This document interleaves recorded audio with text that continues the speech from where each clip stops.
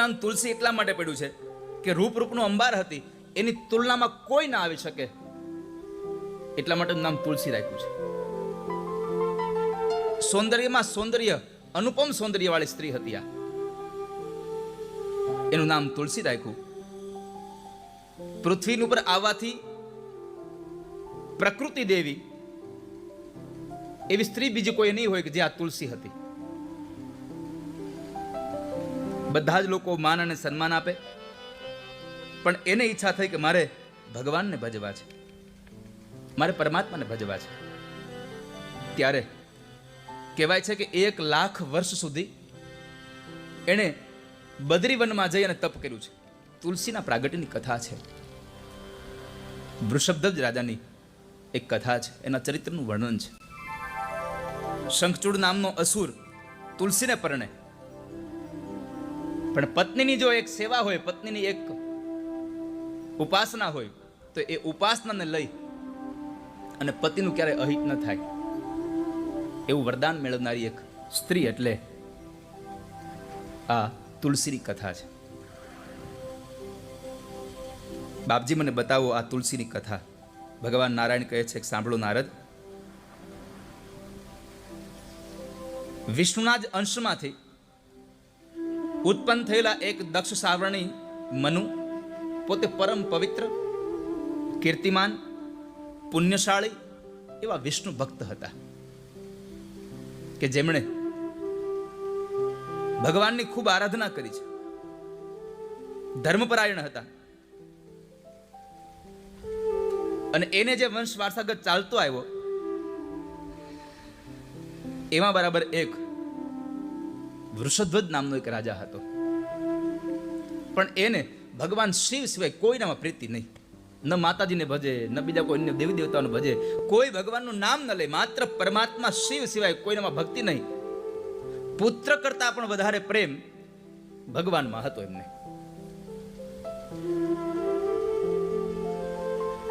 બધા જ ભગવાનની પૂજાનો પરિત્યાગ કરેલો.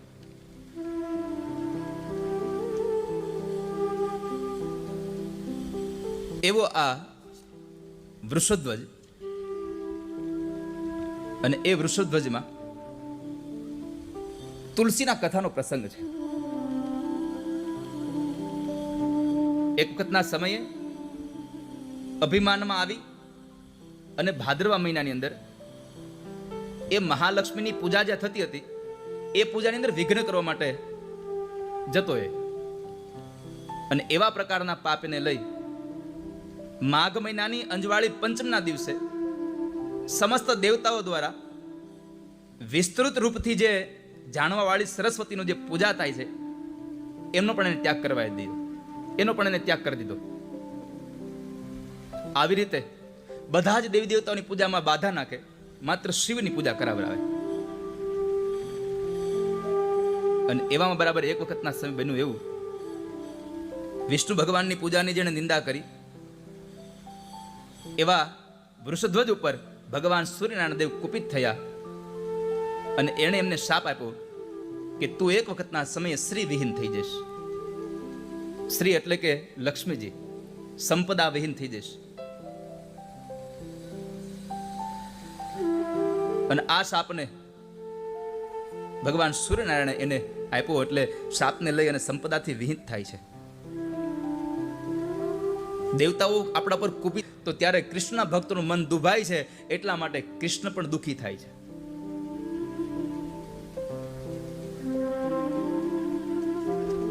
અહીંયા એ જ બન્યું કે શિવજીની પ્રાધાન્ય આપવા માટે થઈ લક્ષ્મીજીનો યજ્ઞ બંધ કરાવ્યો, સરસ્વતીની પૂજા બંધ કરાવી અને અંતે શાપનો અધિકારી બન્યો.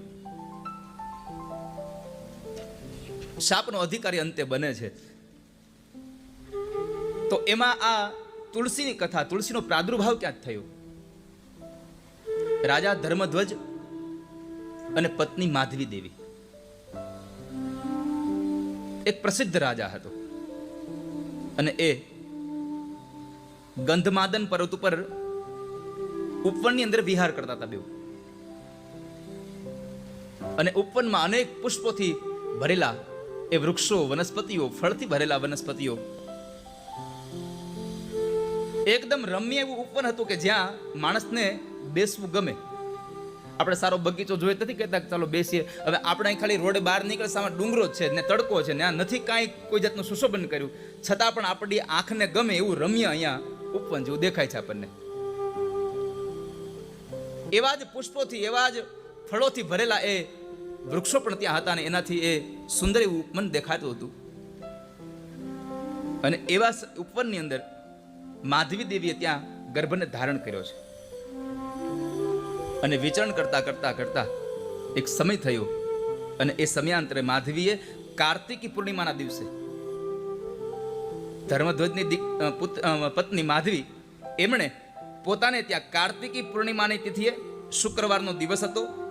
એ શુભ દિવસ, યોગ બધું જ સરસ હતું. અને એવાની અંદર લક્ષ્મીના અંશરૂપી એક કન્યાને એને જન્મ આપ્યો છે. કન્યાને જન્મ આપ્યો. જન્મતાની સાથે જ આ દીકરી મોટી થઈ જાય દેવયોગે કરીને. અને જ્યારે એ દેવયોગે એ કન્યા મોટી થઈ તો એને વૈરાગ્ય લાગ્યો. એને થયો સંસાર નથી ભોગવવો, મારે ભગવાનની પૂજા કરવી છે. એનું નામ તુલસી એટલા માટે પડ્યું છે કે રૂપરૂપનો અંબાર હતી, એની તુલનામાં કોઈ ના આવી શકે એટલા માટે નામ તુલસી રાખ્યું છે. સૌંદર્યમાં સૌંદર્ય, અનુપમ સૌંદર્ય વાળી સ્ત્રી હતી આ, એનું નામ તુલસી રાખ્યું. પૃથ્વી ઉપર આવવાથી પ્રકૃતિ દેવી એવી સ્ત્રી બીજી કોઈ નહીં હોય કે જે આ તુલસી હતી. બધા જ લોકો માન અને સન્માન આપે, પણ એને ઈચ્છા થઈ કે મારે ભગવાનને ભજવા છે, મારે પરમાત્માને ભજવા છે. ત્યારે કહેવાય છે કે 1 લાખ વર્ષ સુધી એણે બદ્રીવનમાં જઈ અને તપ કર્યું છે. બદ્રીવનમાં જઈને કઠિન તપ કર્યું 1 લાખ વર્ષ સુધી. પંચાગ્નિને તપાવ્યો, પંચાગ્નિમાં બેસી અને પોતે ભગવાનની પૂજા કરે. અને આ તપસ્વીનીએ 20,000 વર્ષ સુધી ફળ ખાધા, જળનો આહાર કર્યો. ત્યાર પછી 30,000 વર્ષ સુધી માત્ર પત્તાઓનો આહાર કર્યો. 40,000 વર્ષ સુધી એમણે માત્ર વાયુનો પ્રહાર કર્યો. અને 10,000 વર્ષ સુધી સાવ નિરાહાર રહી છે, કશું જ ન લયું. 1 લાખ વર્ષ સુધી એને ભગવાનની પૂજા કરી. અને મેં ગઈકાલે કહ્યું હતું કે યુગે યુગે આવરદાઓ નાની મોટી થતી જાય છે. સતયુગમાં બહુ આવરદાઓ મોટી હતી, એટલે તો ભગવાને આવીને ધ્રુવને રાજ્ય આપ્યું કે તને હું 36,000 વર્ષ સુધીનો રાજા બનાવું, જા. 36,000 વર્ષનું રાજ્ય આપ્યું ભગવાને. એક પગે ઉભા રહી અને ભગવાન બ્રહ્માજીની એને ઉપાસના કરી છે. ત્યારે આટલું તપ કર્યું, 1 લાખ વર્ષ તપ કર્યું, તો ભગવાન આવ્યા. અને આપણને કળિયુગમાં ભગવાને વચન આપ્યું છે કે જે જીવાત્મા એક ક્ષણ માટે પણ મારું ભાવથી ભજન કરશે એને દર્શન દેવાની તૈયારી મારી છે. પણ એક પણ ક્ષણ માટે ભાવથી ભજન કરે તો, કારણ કે ભગવાનને ખબર હતી કે એક ક્ષણે દેહ છે મંદિરમાં, પણ મન તો મંદિરમાં નહીં જ લગાડે. આપણું મન મંદિરમાં હોય જ નહીં. આપણે મંદિરમાં વહી ગયા હોઈએ, કદાચ મન મંદિરમાં હોય તો જીવ જોડામ હોય, નહીં કોક લઈ જાય તો. હજી નવા હમણાં જ લીધા છે. અને તમે સારું જગ્યાએ સારું વિચારો, એવું જ થાય. તમે ભગવાન પાસે કંઈક લેવા ગયા હોય અને તમે ન્યાય એવું વિચાર કરો કે મારા ચપ્પલ કોક લઈ જાય તો ભગવાન કે તથાસ્તુ, ઉપાડી જાય કોક.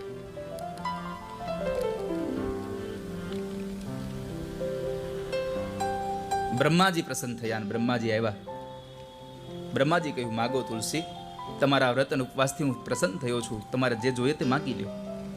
ત્યારે એમણે કહ્યું કે ભગવાન, હું પૂર્વજન્મમાં તુલસી નામની ગોપી હતી, ગોલોકમાં મારો નિવાસ કરતી હતી. અને એ સમયે ભગવાન કૃષ્ણ પ્રિયા એની અનુચરી, એની અંશ સ્વરૂપા અને એની પ્રેયસી સખીઓ રૂપ પ્રતિષ્ઠિત હારે હતી. એક સમયના સમય બન્યું એવું કે જ્યારે ભગવાન શ્રી કૃષ્ણની સાથે અચેત અને અતૃપ્ત અવસ્થામાં રાસની અધિષ્ઠાત્રી દેવી ભગવતી રાધા જ્યારે રાસ મંડળની અંદર એ મને જોવે છે અને એમણે કૃષ્ણની આટલી બધી જ ભર્સનાઓ અને એણે કુપિત થઈ અને એમણે મને શ્રાપ આપ્યો છે કે તું મનુષ્યોનીમાં જઈ અને જન્મ પ્રાપ્ત કરીશ. રાધાજીના શાપને લઈ અને હું મનુષ્યોનીમાં આવી છું.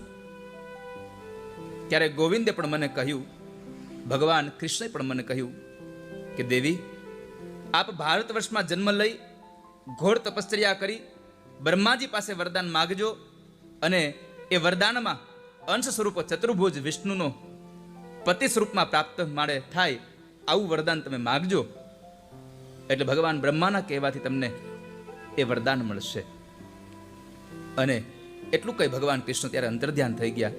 હે ગુરુ, દેવી રાધાના ભયથી આ મારું શરીર ત્યાગ કરી અને મેં ભૂમંડળમાં જન્મ લીધો છે. મારી ઈચ્છા છે કે મને કૃષ્ણ મને મારા પતિ તરીકે મળે, મને ભગવાન મારા પતિ તરીકે મળે, આવું વર મને આપો. બ્રહ્માજી કહે છે કે કૃષ્ણના અંગમાંથી પ્રાદુર્ભૂત અને એનો જ અંશ સ્વરૂપ તેજસ્વી એવો સુદામા નામનો એક ગોપ હતો અને આ જ સમયે ભારત વર્ષમાં એ જન્મ લઈને આવ્યો છે રાધાજીના શાપને લઈને. અને એ રાધાના શાપને લઈ અને દનુ વંશમાં ઉત્પન્ન થયો છે અને એનું નામ છે શંખચૂડ. તો હું તને કહું છું કે તું એની સાથે લગ્ન કરી લે, એ ભગવાનના જ અંશ સ્વરૂપે છે, તો તને એમાં ભગવાન જ મળી જશે. એના સમાન આ ત્રણ લોકમાં બીજું કોઈ છે પણ નહીં. આ વાતને લઈ બ્રહ્માજી કહે છે કે એ સમુદ્રમાંથી અત્યારે ઉત્પન્ન થયો છે. ભગવાન શ્રી કૃષ્ણના અંશથી એને બધી જ પૂર્વજન્મની વાતો યાદ છે, પણ જ્ઞા જન્મની વાતો પરમાત્મા જેને યાદ રાખવા દઈને સારું છે. જેનો સારો સ્વભાવ, સારી વિચરણ હોય એને રેત બરાબર છે. અને આપણે તમે જુઓ, બાળક જન્મે ત્યારે એને જ્ઞા જન્મનું જ્ઞાન હોય, પછી આપણા પૂર્વજન્મના જ્ઞાન ઉપર ભગવાન માયાનો પડદો ઢાંકી દે છે. શું કામ એને? તો કહે છે કે જ્ઞા જન્મમાં કદાચ આપણે કોઈકના વેરી હોય ને એની ઘરે દીકરો બનીને ગયા હોય તો જો યાદ આવે કે આ તો જ્ઞા જન્મનો વેરી છે મારો, તો કલહ થાય. એટલે ભગવાને નક્કી કર્યું કે જેવું એને આ જન્મનું જ્ઞાન લાગવા લાગે એટલે જ્ઞા જન્મના જ્ઞાન ઉપર પડદો ઢાંકી દેવો. નહીં તો જન્મતાની સાથે બાળક પોતાના માતાના સ્તનપાનથી પોતાનું પેટ ભરે, આ જ્ઞાન આવ્યું ક્યાંથી? એને એ જ સમયે જ્ઞાન ક્યાંથી આવી ગયું? ભગવાને ગત જન્મનું જ્ઞાન આપ્યું છે કે તને જ્યાં સુધી આ જન્મનું જ્ઞાન ન થાય ત્યાં સુધી તને હું જ્ઞા જન્મનું જ્ઞાન આપી રાખીશ. તો ભગવાનની બધી જ ક્રિયાઓથી, ભગવાનના બધી જ કૃપાઓથી અને જ્ઞા જન્મની બધી જ વાતો યાદ છે. એટલે હું તમને પ્રાર્થના કરું છું કે તમે આ જન્મની અંદર તમે સુદામાની પત્ની બનો, ત્યારબાદ શાંત સ્વરૂપ ભગવાન નારાયણ તમને પતિ રૂપમાં વરણ કરશે. એટલે તમે અત્યારે તમે એનું વર્ણન કરી લ્યો. દેવયોગને લઈ અને ભગવાન નારાયણના શાપથી તમે આખા વિશ્વને પવિત્ર કરવા વાળી પાવન એવી વૃક્ષ વનસ્પતિમાં પ્રતિષ્ઠિત થશો. અને સમય જતા એ તમે તમામ પુષ્પોની પણ પ્રધાન દેવી થશો. સાથે સાથે તમે ઔષધિઓની અધિષ્ઠાત્રી દેવી પણ બનશો. તમે જુઓ, ગમે તેટલી ઔષધિઓ બને એ ઔષધિઓમાં તુલસી વપરાય છે. તુલસી છે એ ઔષધિઓની અધિષ્ઠાત્રી દેવી છે. બીજી વાત, તમે ભગવાન વિષ્ણુને પ્રિયા છો, દેવતાઓને પ્રિયા છો, એટલે કોઈ પણ ભગવાનની પૂજા થાય એ ભગવાનની પૂજામાં તમારી સેવા હશે. જે પૂજામાં તમારું પત્ર ભગવાનને નહીં ચડે, જે પણ ભોગ ભગવાનને લગાવવામાં આવે એ ભોગ ભગવાનને લગાવવામાં તમારું જો તુલસી પત્ર નાખવામાં નહીં આવે તો એ ભોગ ભગવાન નહીં જમે. આપણને ભગવાને વાત બતાવી કે પરમાત્માને જ્યારે તમે થાળ ધરો ત્યારે તુલસી પત્ર અવશ્યમાં રાખવું. તુલસી પત્ર વગર ભગવાન ભોગ જમતા નથી.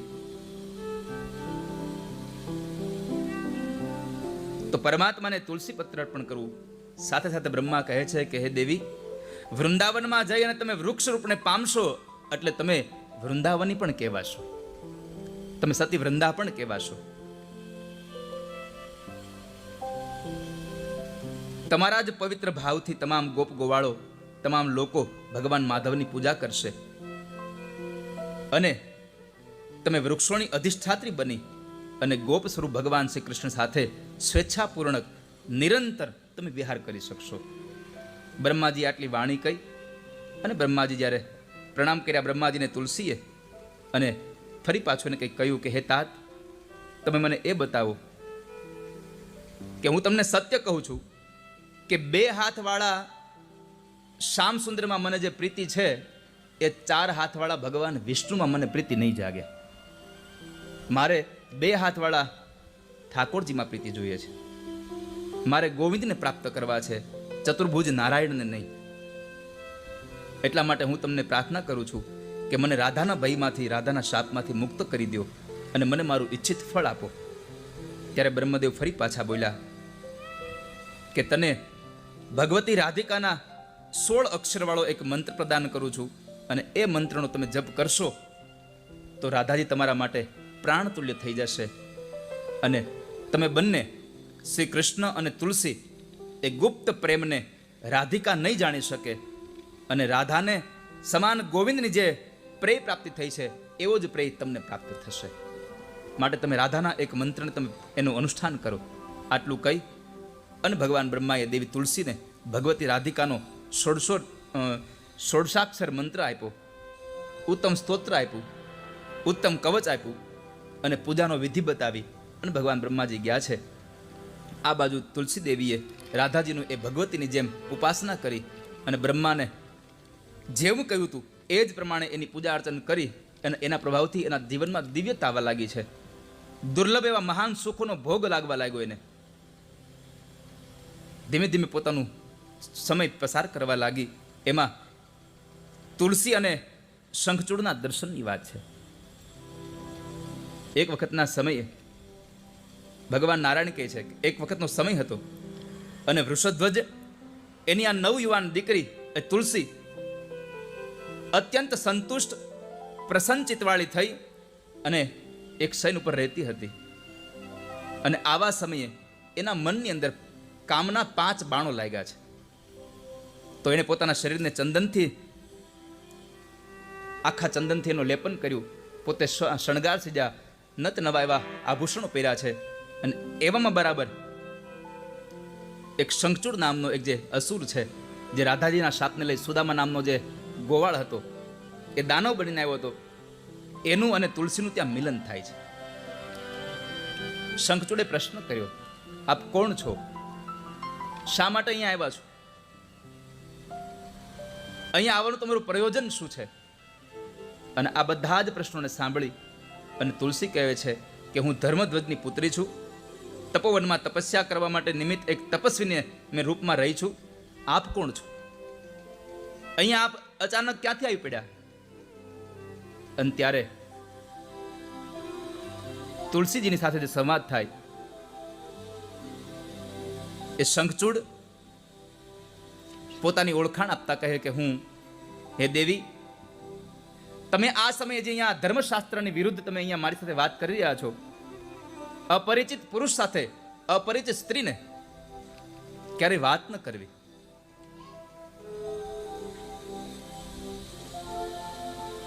ત્યારે તુલસીજી હસે છે કે મારા આટલા રૂપને જોઈને પણ તમને મારામાં પ્રેમ ન જાગ્યો?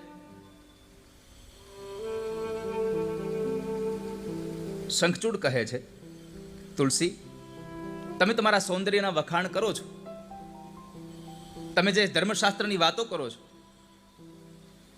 એ વાત બધી બરાબર છે, પણ મને હવે થોડુંક સાંભળો. મને સત્ય અને અસત્યમાં જે ખ્યાલ છે તેને તમે સાંભળો. વિધાતાએ બધાને મોહિત કરીને અહીં મોકલ્યા છે. વિધાતાએ સૌનું એક એક પાત્ર શોધીને અહીંયા મોકલ્યા છે.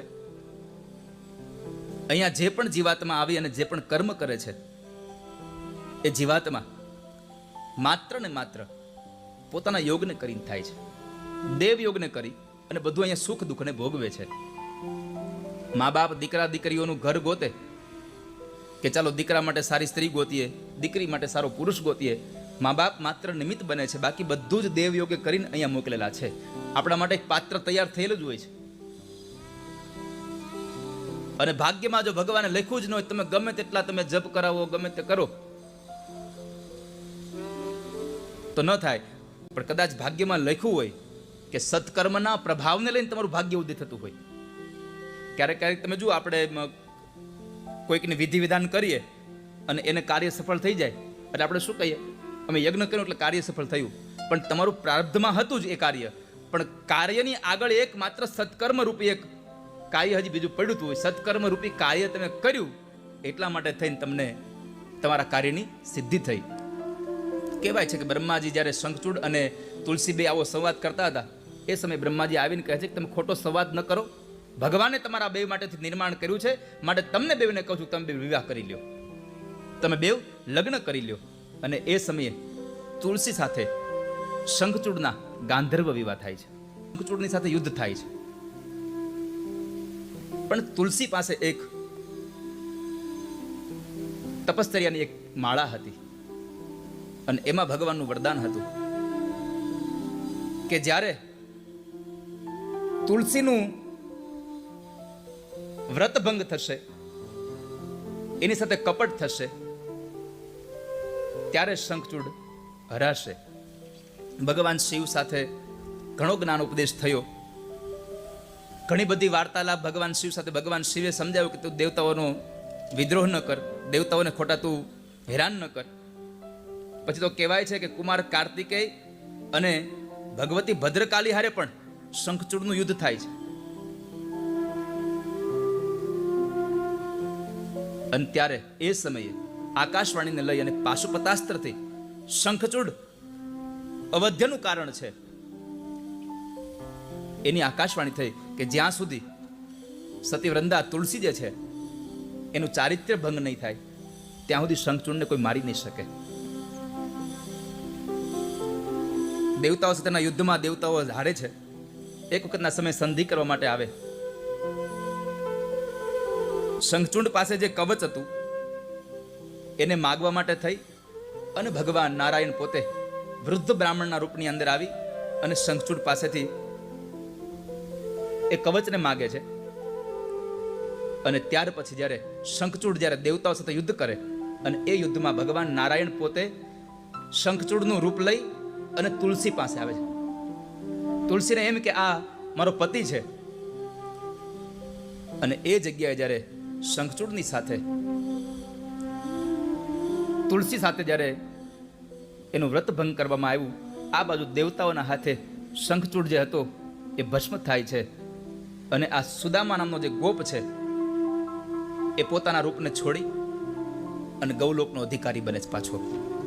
ત્યારે જ્યાં સતીવૃંદા છે એણે ભગવાનને શાપ આપ્યો, કારણ કે એને તો સતીવૃંદાને તો હતું જ કે મારે વનસ્પતિ બનીને જવાનું છે.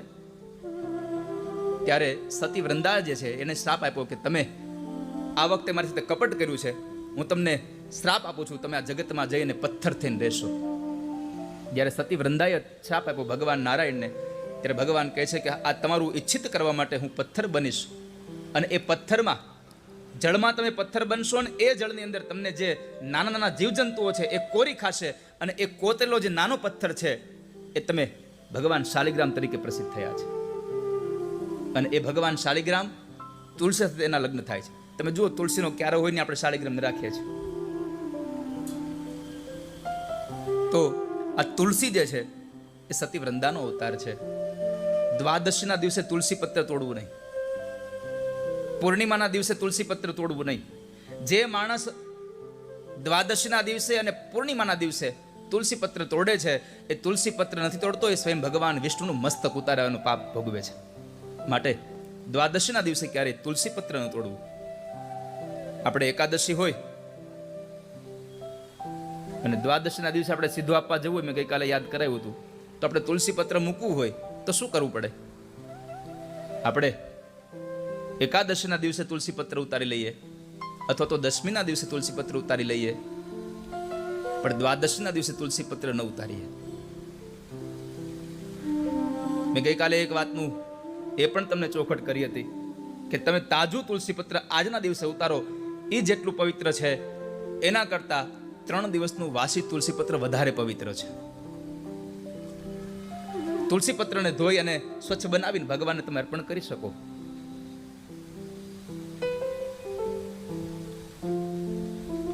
તો આ 3 દેવીઓની કથા, અને એમાં ગંગા રૂપમાં રહેલી આ ભગવાન નારાયણની પત્ની જન્મ પામતા પામતા આગળ સતી વૃંદા સુધી પહોંચે અને ભગવાન નારાયણ પોતે શાલિગ્રામ બને. એ શાલિગ્રામ અને તુલસીનો જે મહિમા છે, એના જે લક્ષણોની કથા છે, એ કથાને આપણે આગળના દિવસે કાલે ગાઈએ. પણ આજે તુલસીના વિવાહ કરાવવા છે ને, 2 ગીતો લગ્ન ગીત તમે ગાઓ. તમે કપડાં પહેરીને આવ્યા નવા નવા, જો ને લગ્નના કપડાં પહેરીને આવ્યા છે, એને એમ કે અહીંયા મંડપ નખા હે જાન આવશે, એવું તો આ કથા એવી ગઈ છે આપણી કે પ્રસંગો બધા ઉજવાના, પાત્રો કોઈ નહીં.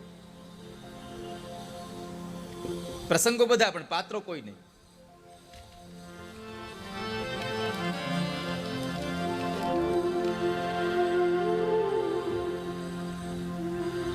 ભગવાનને શ્રાપ આપ્યો છે, તમે પથ્થર બની જાઓ. ભગવાન પથ્થર શું કામ બન્યા? એનું એકમાત્ર કારણ કે જ્યારે ભગવાને તુલસીનું જ્યારે ચારિત્ર્ય ભંગ કર્યું અને શંખચૂડ જ્યારે બળીને ભસ્મ થયો, ત્યારે તુલસીએ કહ્યું કે તમે પાષાણ હૃદયના થઈ ગયેલા છો, તમે મારા ઉપવાસને, તમે મારા વ્રતને તોડ્યું છે, માટે હું તમને શ્રાપ દઉં છું કે જાઓ તમે પથ્થર થઈને રહેશો. જે લવણ સમુદ્ર છે એની અંદર તુલસી શાલિગ્રામ થાય. ભગવાને કહ્યું કે દેવી, તમારી પણ તપશ્ચર્યા હતી અને શંખચૂડે પણ તમને પ્રાપ્ત કરવા માટે થઈને તપશ્ચર્યા કરી હતી.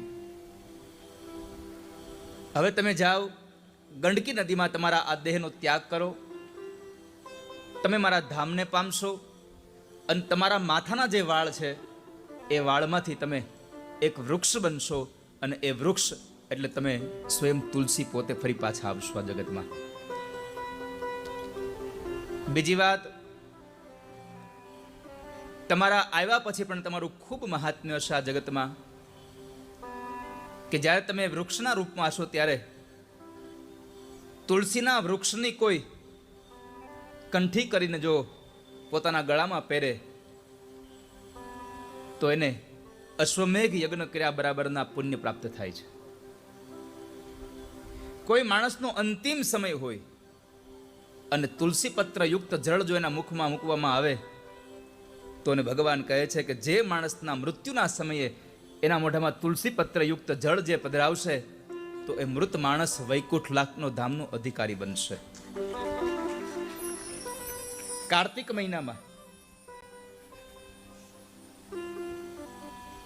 મહિનામાં જે માણસ 10,000 ગાયોનું દાન કરે અને જે પુણ્ય મળે એટલું જ પુણ્ય કાર્તક મહિનામાં કોઈ તુલસી પત્રનું દાન કરે તો એક તુલસી પત્રના દાનમાં 10,000 ગાયોના દાનનું પુણ્ય પ્રાપ્ત કરનારો બનશે. આવું મહાત્મ્ય તુલસીનું લખ્યું. ગંડકી નદીમાં સમાયા અને પોતાનો દેહ ત્યાગ કર્યો, એ કથા